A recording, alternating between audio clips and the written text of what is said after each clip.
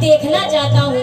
प्रभु ने अमृत का पान करवाकर उस शीश को, जो ये दर्शन कर रहे हैं आप, उस शीश को एक ऊंची पर्वत की चोटी पर रख दिया और पूरा युद्ध हो गया।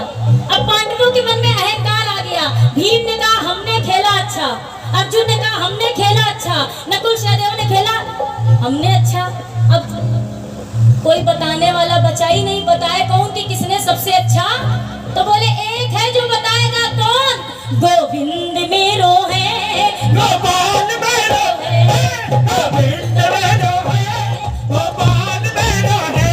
श्री बाके बिहारी नंदलाल मेरो है, मेरे बाके बिहारी नंदलाल मेरो है। चले गए। केशव ने कहा कैसे आना हुआ पांडवों? पांडवों ने कहा प्रभु हम पांचों पांडव ये डिसाइड नहीं कर पा रहे हैं कि सबसे अच्छा युद्ध किसने खेला। इतना सुना तो कन्हैया ने कहा मैं तो रथ चला रहा था, मुझे क्या पता किसने अच्छा खेला। तो बोले बताएगा कौन? बोले एक है जो बताएगा। कौन? चलो चले उस शीश के पास, चलो चले उस शीश के पास, चलो चलो चले उस शीश के पास। बोले हे बर्बरीक, ये पांडव जानना चाहते हैं कि सबसे अच्छा युद्ध इन पांचों पांडवों में किसने खेला। तो बर्बरीक ने कहा हे पांडव किस बात का अहंकार करते हो, किस बात का अहंकार करते हो? अरे पूरी रणभूमि में मैं देख रहा था कि मारने वाला भी कन्हैया था और मरने वाला भी कन्हैया था।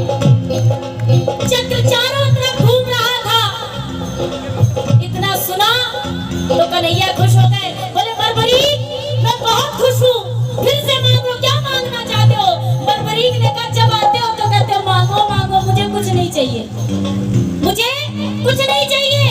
तो कन्हैया ने स्वयं वरदान दिया है, हे बर्बरीक मैं तुमसे बहुत प्रसन्न हूँ, मैं तुम्हें ये वरदान देता हूँ कि जैसे जैसे कलयुग बढ़ेगा वैसे वैसे हर घर में तुम्हारी पूजा की जाएगी और तुम मेरे नाम से जाने जाओगे।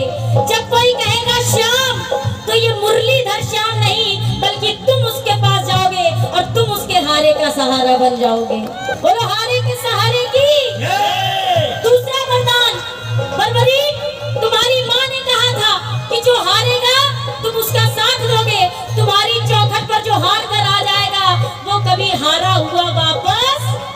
तीसरा वरदान, हे बर्बरीक तुम्हारी माँ ने कहा था कि तुम्हारी चौखट पर जो आ जाएगा वो खाली हाथ कभी वापस, तो तुम्हारी धाम में जो भी जाता है वो कभी खाली वापस। और लखदातार की।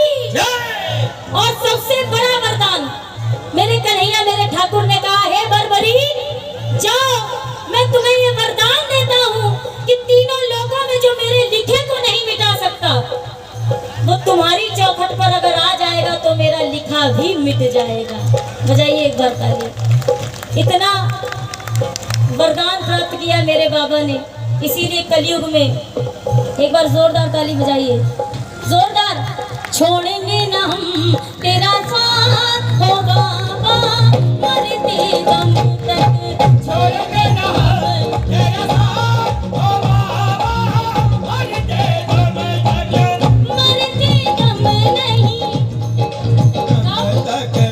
अगले जन्म नहीं, अगले जन्म मरते दम नहीं, क्या अटक याद है? अगले जन्म नहीं, सात जन्म नहीं, छोड़ेंगे न हम तेरा द्वार ओ बाबा, मरते दम तक छोड़ेंगे ना हम तेरा साथ हो बाबा, मरते दम तक। छोड़ेंगे न हम तेरा द्वार। हो बाबा, मरते दम तक। जीवन में सुख और दुख आता जाता रहता है। अब मैं आप लोगों से बोलूं कि आप लोगों के जीवन में दुख, आप लोगों के जीवन में दुख आया ही नहीं है। बहुतों की तो शादी नहीं हुई है, जीवन नया चालू ही नहीं हुआ है आप लोगों का, आप लोग क्या दुख जानेंगे, है ना?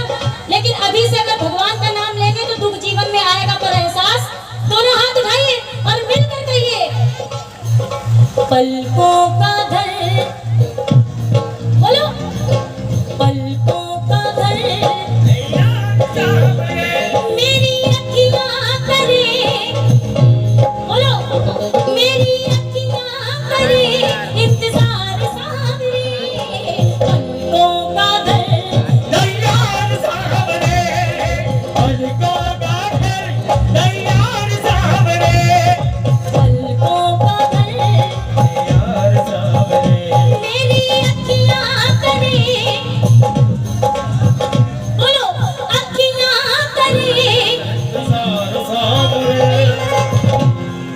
बात बोलूं, सब भूल जाओ, अब अपने लिए जियो। कीर्तन जो करवाते ना आयोजक, क्षमा करना, वो कीर्तन का आनंद नहीं ले पाते। बड़ी हौच पौच रहती है, पब्लिक को देखना, व्यवस्था देखना। बाबा को आप बुलाते, लेकिन बाबा को 2 मिनट भी समय कीर्तन जब करवाया करो ना, तो ये सोचा करो बाबा तू जाने, तेरा काम जाने, जनता आए या ना आए, अब जनता कैसे संभालनी है तुम जानो।